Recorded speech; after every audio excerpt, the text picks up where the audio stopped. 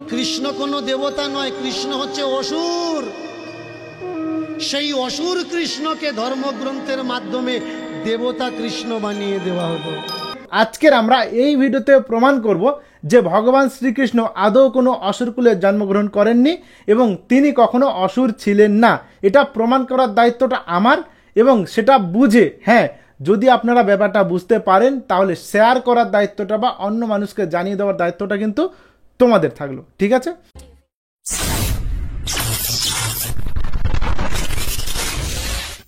High চুলকানি, কেমন আছো? আশা করি তোমরা প্রত্যেকেই ভালো আছো।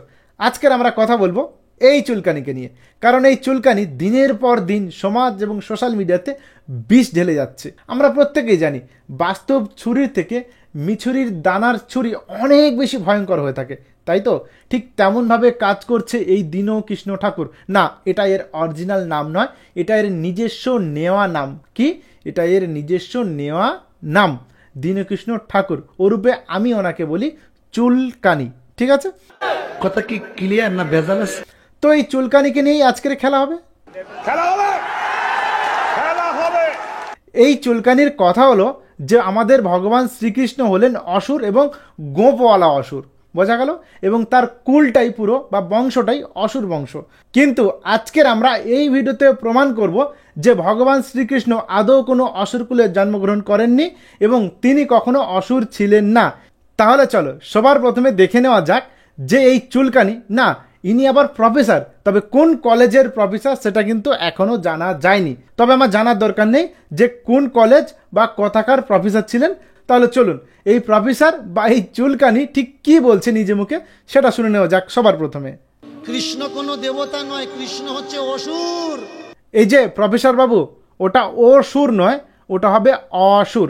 যাই হোক, আগে বলুন। প্রমাণ কি? বুঝবেন কি করে কৃষ্ণ অসুর? কৃষ্ণ যে বংশে জন্মগ্রহণ করেছে সেই বংশের নাম কি? যদু বংশ।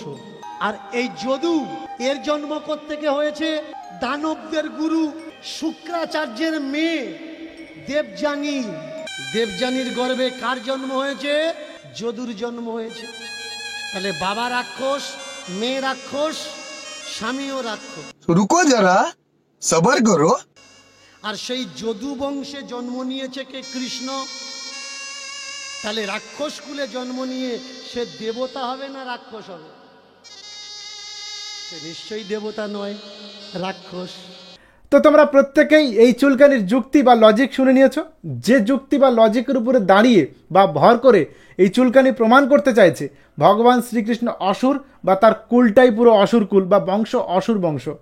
তোমরা একটা জিনিস সবসময় ভেবে দেখবে, যে কোনো জিনিসের একটা ভালো এবং একটা খারাপ দিক রয়েছে। দিন আছে তাই রাত, রাত আছে বলেই তাই দিন। কিন্তু যদি এমনটা হয়, আমি যদি তোমাদেরকে সবসময় রাতের গল্প শোনাই, তোমরা কি দিনের মাহাত্ম্য বুঝবে? বুঝবে না কখনোই। ঠিক তেমনই এই দীনকৃষ্ণ যে জিনিসগুলো খারাপ রয়েছে বা যে জিনিসগুলো খারাপ নয় তাকেও খারাপ কিভাবে তৈরি করে বলা যায় সেটা কিন্তু খুব ভালোভাবে জানে এই দীনকৃষ্ণ বা এই চুলকানি। তোমরা নিজেরা সাধারণ বুদ্ধিকে কাজে লাগিয়ে দেখবে যে মাতা দুর্গা যে 10 হাত রয়েছে তার ব্লাউজ পরার নিয়ে এই দীনকৃষ্ণর এত মাথা ব্যথা কেন বলুন তো? সেটা আপনারা নিজেরা বিচার করুন। আপনারা কি কখনো আমাদের ঘরের মা বোনদের ব্লাউজ পরা নিয়ে কথা বলেন? বলেন না নিশ্চয়ই। শুভ বুদ্ধি সম্পূর্ণ ব্যক্তি হলে বলবেন না। যাই হোক, আমরা টপিক থেকে একটু বেরিয়ে যাচ্ছি। এখন এখানে প্রমাণ করার বিষয় হলো যে এই দীনকৃষ্ণ যে লজিকটা দেখিয়েছে যে অসুরগুরু শুক্রাচার্যের মেয়ে দেবযানীকে বিয়ে করার জন্যই, আর সেই দেবযানীর গর্ভে জন্মগ্রহণ করেছেন যদু, সেই কারণে যদু বংশ হয়ে গেল অসুর বংশ। হ্যাঁ, আপনাকে একটা ছোট্ট বিষয় জানিয়ে রাখি। এখন যে বোর্ডটা আপনার সামনে আসবে বা যেটা আমি আপনাকে বোঝাতে চাইবো, এই জায়গাটা কিন্তু খুব গুরুত্বপূর্ণ জায়গা, সুতরাং এখানে মিস করা যাবে না কোনোভাবেই। তারপরে যদি মনে হয় যে আমি ভুল বলছি, আমি প্রমাণ দেব। যদি মনে হয় যে আমি ভুল বলছি, তাহলে আপনার যা মনে আছে তাই কমেন্ট করবেন। আর যদি মনে হয় যে আমি ঠিক বলছি, তাহলে আপনারা বুঝে দেখুন যে আপনাদের সত্যের সন্ধানী দীনকৃষ্ণ ঠাকুর সে আসলে কে, আর তার পিছনে লুকিয়ে থাকা উদ্দেশ্যটা কি, সেটা ভালো করে আপনারা বিচার করবেন। বিচারক আপনারা। তাহলে চলুন দেখে নেওয়া যাক, এই টেবিলটাকে ভালো করে বোঝা যাক। আমরা সবার প্রথমে আলোচনা করব বাস্তবে ভগবান শ্রীকৃষ্ণের বংশ পরিচয় ঠিক কী রয়েছে। তারপরে আমরা আলোচনা করব অসুর গুরু শুক্রাচার্যের বংশ পরিচয় কী রয়েছে, বা দেবযানী একজন অসুর কন্যা না একজন দেবকন্যা, তা আলোচনা করব। আর এটুকু আলোচনা করলেই ক্লিয়ার হয়ে যাবে বা পরিষ্কার হয়ে যাবে যে ভগবান শ্রীকৃষ্ণের আসল কুল বা ভগবান শ্রীকৃষ্ণ অসুর কিনা। তো সবার প্রথমে আমরা দেখে নেব ভগবান শ্রীকৃষ্ণের বংশ পরিচয়টা। ভগবান শ্রীকৃষ্ণের আসল বংশ পরিচয় হলো চন্দ্রবংশ। আর এই চন্দ্রবংশের আমরা সেই রাজা থেকে কাউন্ট করব বা সেই রাজা থেকে আমরা গণনা শুরু করব। তিনি হলেন কে? রাজা যজাতির পিতা নহুষ। কারণ যেহেতু রাজা যজাতি অসুরগুরু শুক্রাচার্যের কন্যা দেবযানীকে বিয়ে করেছেন, সুতরাং তার বাবার পরিচয়টা নেওয়া দরকার রয়েছে। তো অসুরগুরু শুক্রাচার্যের কন্যা যাকে বিয়ে করেছেন তিনি হলেন রাজা যজাতি। রাজা যজাতির পিতা হলেন রাজা নহুষ। নহুষের পত্নী বা স্ত্রী হলেন অশোক সুন্দরী। অনেক গ্রন্থে পাওয়া যায় অশোক সুন্দরী হলেন মাতা পার্বতী এবং ভগবান শিবের কন্যা হলেন অশোক সুন্দরী। এবারে আপনারা বিচার করে দেখুন, অশোক সুন্দরী এবং রাজা নহুষের পুত্র হলেন রাজা যজাতি। সেই রাজা যজাতি যাকে বিয়ে করেন তিনি হলেন কে? অসুরগুরু শুক্রাচার্যের কন্যা দেবযানী।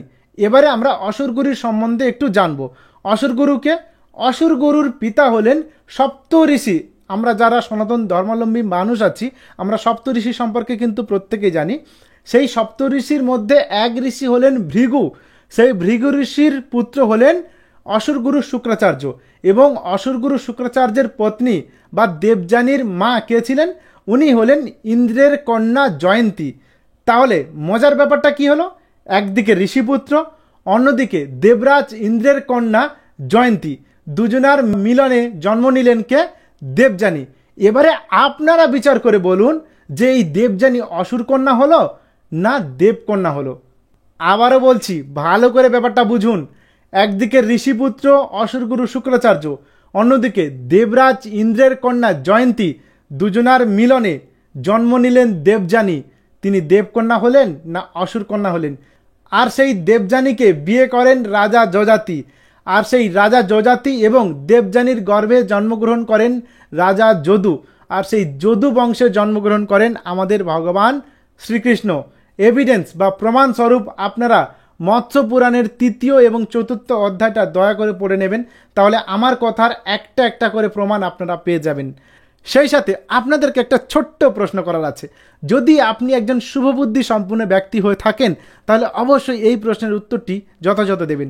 দেখুন, আজকের সমাজে ঠিক কী ঘটনা ঘটছে তা আপনি খুব ভালোভাবে বলতে পারবো, খুব ভালোভাবে বুঝতে পারবো কাকে সম্মান দেব কাকে সম্মান দেব না, রাইট? ঠিক যদি আমরা এই ঘটনাকে ৫,০০০ বছর পরে গিয়ে আলোচনা করি তখন কি আমরা যথাযথ এই সময়ের ব্যাখ্যাটা দিতে পারবো? নিশ্চয়ই নয়।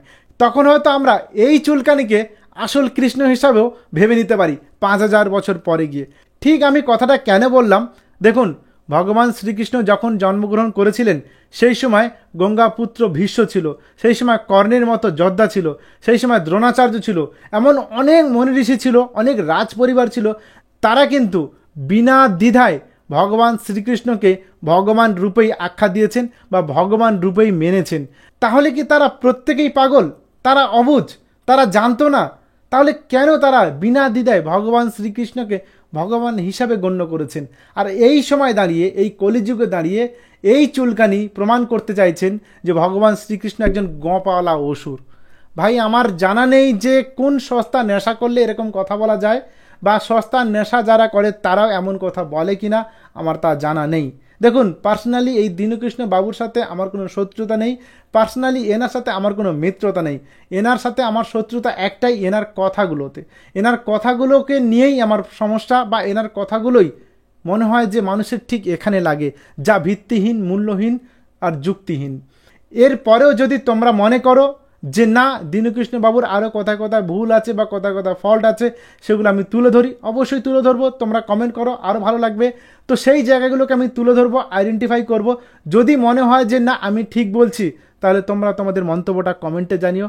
পাশে থেকো, ভালো থেকো। সেই সাথে বলে রাখি, এই চ্যানেলের মাধ্যমে শুধু দীনকৃষ্ণ বাবুকে নিয়ে নয়, আরও যারা রয়েছে, যারা সমাজকে ধীরে ধীরে বিষাক্ত করে তুলছে, সোশ্যাল মিডিয়াকে নিজেদের বাবার সম্পত্তি মনে করে নিয়েছে, মানে যা ইচ্ছা তাই করবে, দেখতে পাচ্ছেন কটা স্যাম্পল দিলাম।